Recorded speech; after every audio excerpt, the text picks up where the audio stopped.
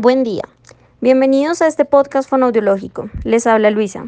El día de hoy con mis compañeros también fonoaudiólogos en formación, Lisette, Laura y Benjamín, les estaremos hablando un poco sobre la presbifonía, ya que muchos factores son los que influyen en los cambios de la voz que se producen a lo largo de la vida, como cambios en el volumen, en la forma del tracto vocal y la caja torácica, la morfología bioquímico-histológica de la cuerda vocal y muchos otros factores circunstanciales. Presbifonía se define como los cambios relacionados con la voz asociadas con el envejecimiento. Incluyen fatiga vocal, disminución del volumen, cambios en el tono o rango vocal y voz aspirada o ronca. Ahora bien, para hablar de la presbifonía es importante que tengamos en cuenta que la etapa final de la vida es conocida también como la tercera edad, la cual inicia aproximadamente a los 65 años. Esta es caracterizada por una disminución de las fuerzas físicas principalmente y hablamos de un declive biológico ya que se manifiesta una disminución en las capacidades sensoriales, motrices y de fuerza que tienen las personas, por lo que decimos que es un progresivo deterioro del funcionamiento de los diversos órganos internos. Es importante considerar que la voz en el adulto mayor depende de la concurrencia de muchos sistemas y aparatos. Las alteraciones de estos sistemas contribuyen al deterioro de la voz. Este deterioro vocal se conoce como presbifonía y en ocasiones interfiere de manera importante en la capacidad de comunicación y en la calidad de vida de las personas mayores. Bueno, y ahora hablaremos un poco sobre la etiología y las causas de esta alteración. Las personas mayores a menudo se inclinan hacia adelante y los músculos respiratorios son más débiles. En este caso, el tórax y la columna vertebral se modifican y el fuelle pulmonar es más débil. Si adicional tiene comorbilidades como el EPOC y el enfisema, también pueden contribuir a un déficit en el flujo de aire que es necesario para que pueda fonar bien. Bueno, y hay que tener en cuenta que en los adultos el tracto vocal sufre cambios más significativos. La nariz se puede caer, pueden haber faltas de dientes y a menudo puede haber un aumento de peso con acumulación de grasa en el cuello y en el espacio faríngeo. En las vías respiratorias y los tractos digestivos no están completamente separados, sino que se cruzan, pues por lo que es necesario lograr una perfecta coordinación neuromuscular. Asimismo, las modificaciones de la laringe son consecuencia del deterioro que se produce en los músculos, cartílagos, articulaciones, ligamentos y mucosa laringea. Y pues estas modificaciones funcionales y orgánicas van a llevar a un cierre glótico incompleto, pues debido a la atrofia muscular. Existe también una disminución en la amplitud vibratoria de la onda mucosa debido a una atrofia de la mucosa, una disminución o una pérdida de la capa lubricante. Se presenta una asimetría en la audición vocal por el deterioro de los ligamentos y de los cartílagos.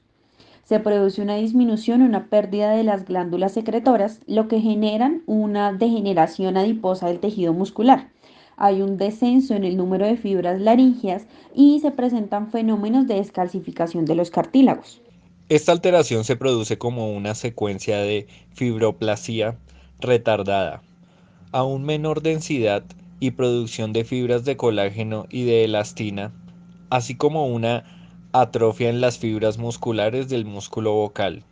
Con relación al sistema neurológico y la producción vocal necesita de una correcta acción muscular. Ahora bien, es importante tener en cuenta cuáles son esos signos y síntomas que se presentan en la presbifonía. Entonces decimos que los principales factores circunstanciales que influyen en el proceso del envejecimiento son el estilo de vida, en los cuales encontramos especialmente el tabaquismo, el alcohol, la dieta, el lugar de trabajo, por si la persona estaba expuesta a inhalación de polvo, gases, vapores o irritantes, además de ciertos trastornos digestivos, como por ejemplo el reflujo o algún otro tipo de enfermedades, incluyendo las causas infecciosas como el VIH o la candidiasis crónica. Gracias, Liz. Y otra información importante es la que nos dice Núñez, Coveta y Fernández en el 2013 del libro de la patología de la voz, donde nos menciona que normalmente la sintomatología comienza entre los 60 y 65 años, aunque puede aparecer antes, en torno de los 55 años aproximadamente.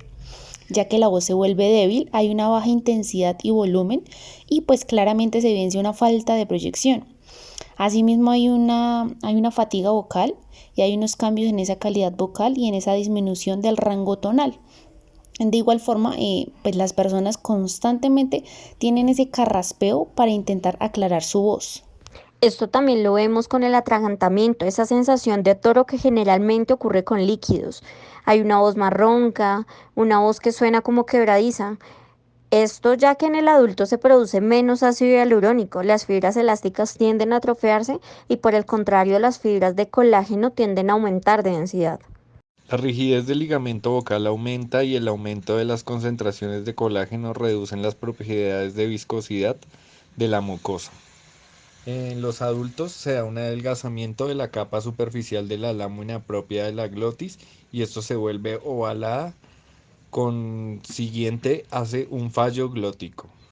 Ahora, para hablar de las características de la presbifonía, es importante aclarar que la función fonoarticulatoria debe ser considerada como un sistema integrado. ¿Integrado por qué? Porque está el neurológico, el motor y el psicológico, que involucran la laringe y el tracto vocal. Y pues dentro de este sistema también se encuentran las hormonas sexuales que juegan un papel importante. Y pues la voz humana se caracteriza por dos componentes acústicos independientes, ambos influenciados por ese equilibrio hormonal. Uno es la frecuencia fundamental y el otro la frecuencia formante o resonante. En las mujeres posmenopáusicas los niveles de estrógenos caen y los niveles de andrógenos aumentan. Esto conduce a que sea un aumento del grosor de las cuerdas vocales y también se produzca una voz lentificada, aumenten las pausas. Todo esto es de los mecanismos neurofisiológicos, metabólicos y estructurales asociados a la disminución de los estrógenos. En los hombres también evidenciamos un fenómeno complementario que ocurre en la andropausia y es después de la caída del nivel de andrógenos y el aumento relativo que se evidencia en la relación estrógeno-andrógeno. Aquí, por consiguiente, hay un adelgazamiento de las cuerdas vocales, es decir, que el timbre vocal se agudiza y ocurre lo que nosotros llamamos o denominamos feminización de la voz. Podemos resumir las características de esta voz senil en reducción de la extensión vocal, en que la mujer sufre un mayor deterioro de la voz ya que se disminuye esta frecuencia fundamental, siendo en etapas tempranas de aproximadamente 248 Hz y descendiendo a los 175 Hz en una etapa más senil. En el hombre ocurre todo lo contrario, la frecuencia fundamental se eleva.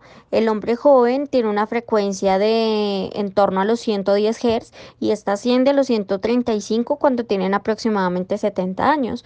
Otras características de la voz que vemos son la aparición del temblor, disminución en la intensidad, una reducción en esta resonancia y una alteración de la coordinación fonorrespiratoria. Pero nosotros como fonoaudiólogos podemos intervenir. Y en cuanto a esto, se puede comprobar que las alteraciones pueden ser tratadas a través de una intervención vocal preventiva temprana para así favorecer la eficiencia de los mecanismos implicados en la fonación, ya que anteriormente se consideraba que los cambios en la voz eran inevitables. Así como Luisa lo decía, es aquí cuando nosotros como fonoaudiólogos entramos a un papel muy importante de la terapia de la voz, pues esta representa la primera línea de ataque, es decir, juega un papel muy crítico, ya que aquí reducimos los comportamientos compensatorios de la mala adaptación del aparato fonatorio, aumentamos la consistencia de la calidad de la voz y contemplamos ejercicios para el fortalecimiento del control respiratorio y fonatorio. Esto lo realizamos mediante la educación vocal y postural, aumentando la coordinación neuromuscular de todo el conjunto. Esto lleva a la mejora de la comunicación oral mediante la disminución del esfuerzo del hablar y el ajuste de la calidad vocal, de la justificación de las necesidades de la edad. Los ejercicios vocales han sido propuestos para favorecer el cierre glótico y aumentar la preparación subglótica, la intensidad de la voz, estabilizar la calidad vocal y la frecuencia fundamental, además de proveer una mejora global del habla. Evidenciamos que la rehabilitación en la voz puede mejorar la calidad de la voz, tiempo máximo fonatorio, coordinación vocal y respiratoria, la atención, la articulación, velocidad, intensidad, resonancia, tono y ataque vocal. Todo esto pues dependiendo del objetivo de la misma, ¿no? Y estos ejercicios deben empezar por mejorar el sistema respiratorio, controlar esa resonancia y lograr una hiperfunción supraglótica para hacer contactar las cuerdas vocales. Y bueno, con estos datos concluimos este podcast fonoaudiológico. Gracias por haber escuchado esta información tan importante dentro de nuestro campo de trabajo en el área de la voz.